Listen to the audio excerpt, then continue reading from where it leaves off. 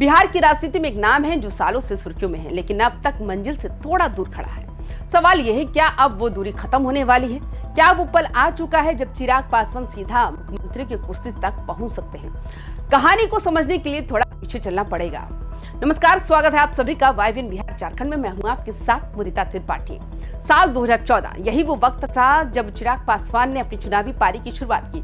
उस समय बिहार की राजनीति में एक बड़ा चेहरा था नीतीश कुमार, और चिराग ने अपनी पहली ही चाल में साफ कर दिया था कि वो किस खेमे में है। उन्होंने नरेंद्र मोदी की अगुवाई वाली टीम के साथ मिलकर चुनाव लड़ा और नीतीश कुमार के खिलाफ माहौल बनाने में अहम भूमिका निभाई।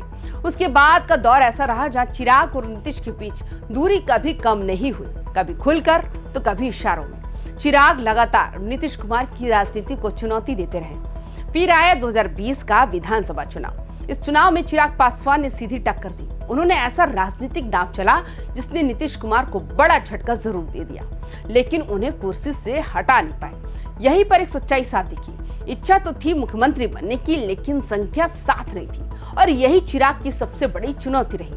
उनकी पार्टी के पास सीमित विधायक है, ताकत है, लेकिन उतनी नहीं कि सत्ता तक सीधा रास्ता बना सके। लेकिन अब हालात बदल रहे हैं। नीतीश कुमार के सीएम पद छोड़ने के बाद बिहार की राजनीति का पूरा मैदान खुल गया। एक ऐसा स्पेस बन गया है जहां नई दावेदारियां उभर सकती हैं। सम्राट चौधरी अब मुख्यमंत्री की कुर्सी पर हैं, लेकिन उनकी छवि और लोकप्रियता को लेकर अभी भी सवाल बने हुए हैं। अगर उनके कार्यकाल में राज्य की रफ्तार धीमी पड़ती है या जनता को अपेक्षित नतीजे नहीं मिलते हैं, तो यही वो गैप होगा जहां चिराग पासवान अपनी दावेदारी मजबूत कर सकते हैं।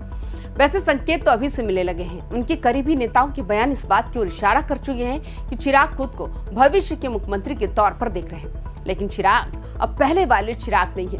राजनीति ने उन्हें सिखाया है कि सिर्फ कुर्सी हासिल करना काफी नहीं होता, उस पर टिके रहना असली परीक्षा होती है। एक वक्त ऐसा भी आया जब उन्होंने अपनी पार्टी, अपने लोग और यहाँ तक कि परिवार के भीतर भी बड़े झटके देखे। शायद यही वजह है कि अब वो जल्दबाजी में कोई कदम नहीं उठाना चाहते।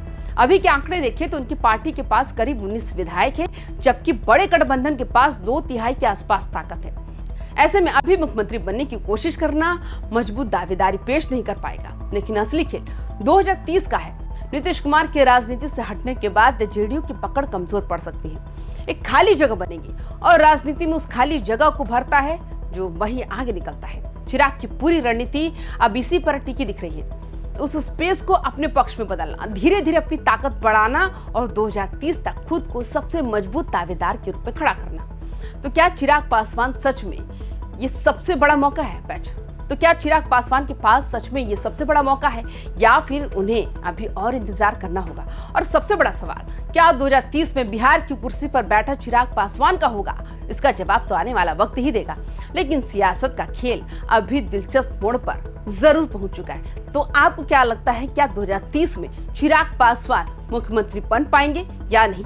अपनी राय कमेंट बॉक्स में जरूर बताएं। बाकी तमाम खबरों के लिए देखते रहिए वाइबिन बिहार झारखंड। नमस्कार।